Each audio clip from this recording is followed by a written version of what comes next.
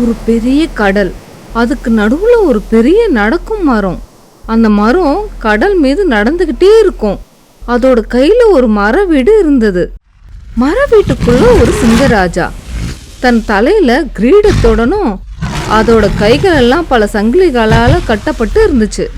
சிங்கராஜா சத்தம் போட்டு சொன்னது, மந்திர காலானே,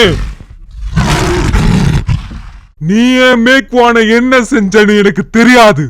ஆனா இது எல்லாத்துக்கும் நீ எனக்கு பதில் சொல்லியே ஆகணும்.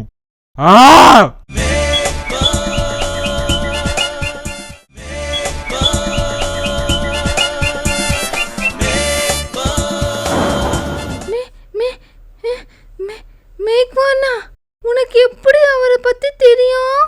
மேக்வானா, உனக்கு எப்படிப்பா அவரை பத்தி தெரியும்? ப்ளீஸ் ப்ளீஸ் ஃப்ரெண்ட், எங்களுக்கு மேக்வானை பத்தி சொல்லுங்க ப்ளீஸ். சரிப்பா, சொல்றேன் கேளுங்க. அதான்பா, மேக்வானு அவர் ஒரு மாயாவி. அவருக்கு மந்திரமும் மாயாஜாலமும் அத்துபுடிபா. அவர் எங்க எல்லாருக்கும் பாதுகாவலர், தெரியுமா?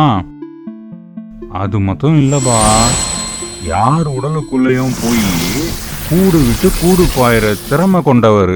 ஏன்பா, எங்க மேக்வானு யார் மாதிரி வேணா மாறுவாரு.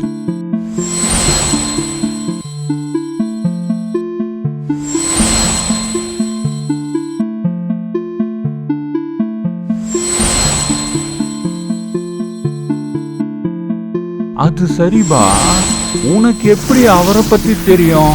நீங்க எங்க எங்களை தூங்க விட்டீங்க? பல வருடங்களுக்கு முன்னாடி மந்திர காலான் என்ற ஒரு கொடூரம் இருந்தான்.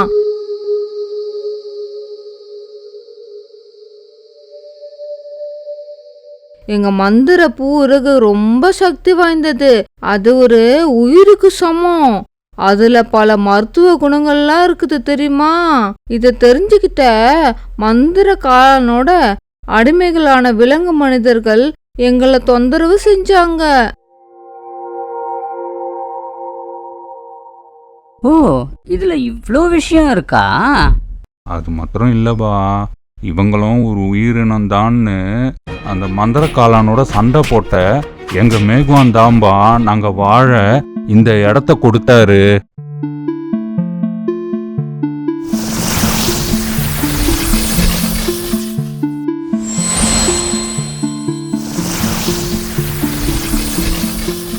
அட செம்மையா மேக்வானு. இத எல்லாத்தையும் கேட்ட மந்திர ஒலி ஒரே குஷியா ஹாப்பியா குதிச்சிட்டு இருந்தது. அதெல்லாம் சரி, நீங்க இப்போ கிளம்புங்க. ஏம்பா மந்திரப்பூ இறகு, இவங்களுக்கு வழிகாட்டு. அந்த மந்திர பூ இறகு காத்துலயே மிதங்கிட்டு முன்னாடி போச்சு.